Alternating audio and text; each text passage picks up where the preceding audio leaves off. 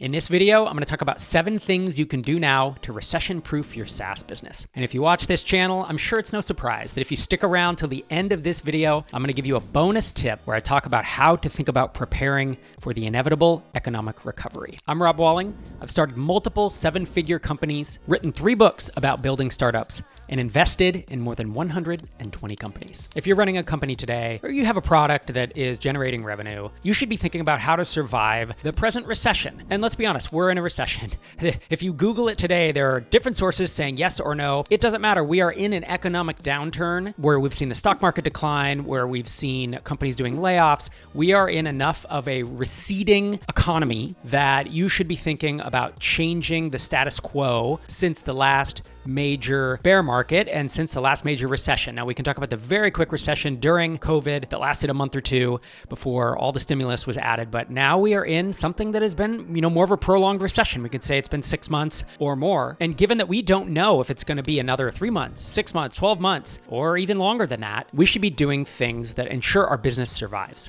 Before I dive into these, I want to thank my Tiny Seed co-founder, Einar Volset, for collaborating with me on this list. Strategy number 1 is to stop screwing around. If a growth channel is working, double down on it. If it's not, consider shutting it down. The worst thing you can do is basically half-ass it, where you're not learning a ton, you're losing a bunch of opportunity costs, potentially money, and human cycles, doing things that aren't working really well. And when everything's going up and to the right and everything's growing, you can afford to be more risky, I'll say. You can afford to make bigger bets that maybe take longer to pan out. But in this economic climate, it's time to be a little more conservative than maybe we were a year ago when money was cheap and business was easier. Strategy number 2 is to consider going on the offensive. Everyone else is pulling back. The big tech companies are pulling back. What that means is that people are getting cheaper, pay-per-click ads are getting cheaper, potentially sponsoring podcasts, events, newsletters is likely to get cheaper. And this may sound contrary to strategy number 1, which was to be more conservative and potentially pull back on things. But pull back on things that aren't working. You can still try experiments. You can and should try experiments, especially if you see the prices of running those experiments falling. And then realize that if they work, you can double down, and if they don't, then you cut them loose. Strategy number 3 is to realize that not all churn will be because of a recession, so make sure you have a tool installed that will help you reduce your churn. And of course, I recommend Churn Key. We believe in Churn Key so much, we've actually invested in them, and they are one of the best players in the space if you want an app that will help you identify and reduce churn. Because again, not all churn will be because of a recession. You still have to build a fundamentally healthy business. Strategy number 4 is to build alternative to and comparison pages for when your VC-funded competitors implode. I've talked about this in a prior video about marketing approaches your competitors could be using against you, but alternative to and comparison pages are really SEO plays, such that when someone searches alternative to big name competitor, they might land on your website. And basically, you're trying to piggyback on search traffic for their name. Versus comparison pages is when you say my company versus this other big competitor. And that's when you are well known enough that people would be Googling to compare your products to a competitor. These big VC-backed companies who have made big bets on a lot of funding and frankly overhired, they didn't overhire for 2021, but they're way overhired for 2022. A chunk of them are going to start seeing headwinds in growth. They're not going to be able to raise that next round. And when they implode,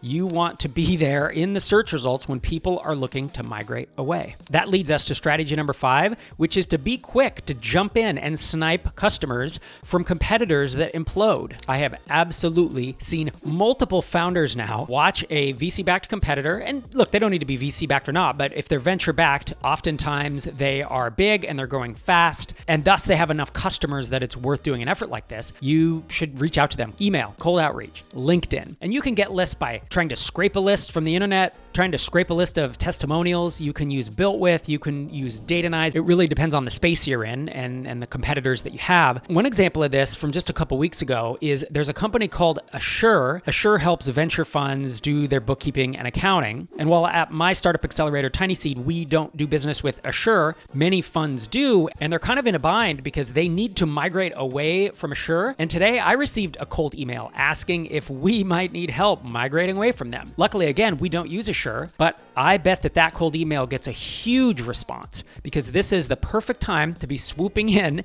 and looking for folks who are using a service that is shutting down. Strategy number 6 is to take this time to fire underperforming team members. It's very likely that you have a few and you know who they are. It never feels good to let someone go. It never feels good to get let go. But realizing that in this recession, it makes an easy reason to transition someone out gracefully. It doesn't look as bad for them. If you get let go at the top of a bull market, it's obviously a performance issue. But if you get let go in the midst of a recession, it's a little more normalized and I would say less stigmatized. And if you get fired when the bull market's raging. The point of this strategy, of course, is to cut your burn. You want to feel like you have enough runway to run for a very long time because who knows when the recession is going to start getting better and who knows when the funding environment or just when new customer acquisition is going to start picking up again. So you don't want to have sleepless nights worrying about making payroll. You want to have enough cushion that you can go to sleep every night and feel really good about the progress you're making with your business. My 7th and final strategy before we get into the bonus one is to audit your expenses, especially subscriptions. It's pretty likely if you go through all of your credit card statements, you're going to find a few subscriptions you no longer are using, or frankly, some nice to haves that you can pause for now. This is obviously happening. We're seeing it across SaaS companies that a business who may have been paying for 6 to 12 months wants to pause their subscription, wants to cancel for now until things change for their business. And again, when times are booming, we don't tend to make time to go through our credit card statements and look at everything that's being charged. But if you can take 5 or 10 minutes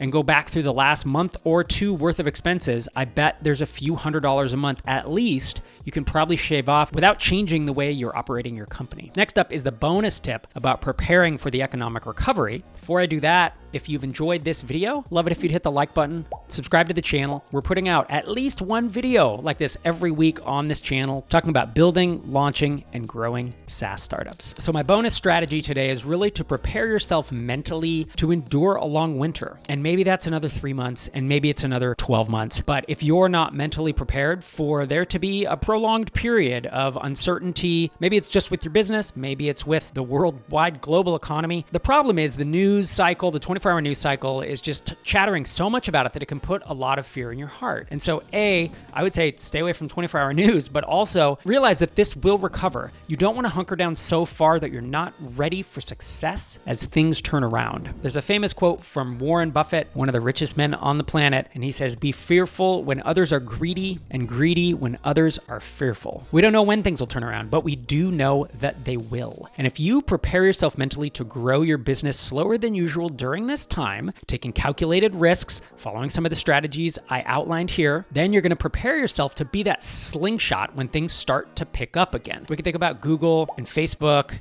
I believe Twitter as well. They were launched during recessions. Recessions are when you might have more time to work on them. You might have more motivation to work on these things to make them work. It's when the cost to launch and manage a business and hire folks declines. It's the cyclical part of it getting a little easier economically, but it gets a little harder mentally. So I'm saying to prepare yourself to endure this recession, but don't hunker down so far that you're not ready for massive success as things turn around. You want to be the slingshot comes out the gate once the sun starts rising. Hope you enjoyed these 7 strategies for how to recession-proof your SaaS business. I'll see you in the next video.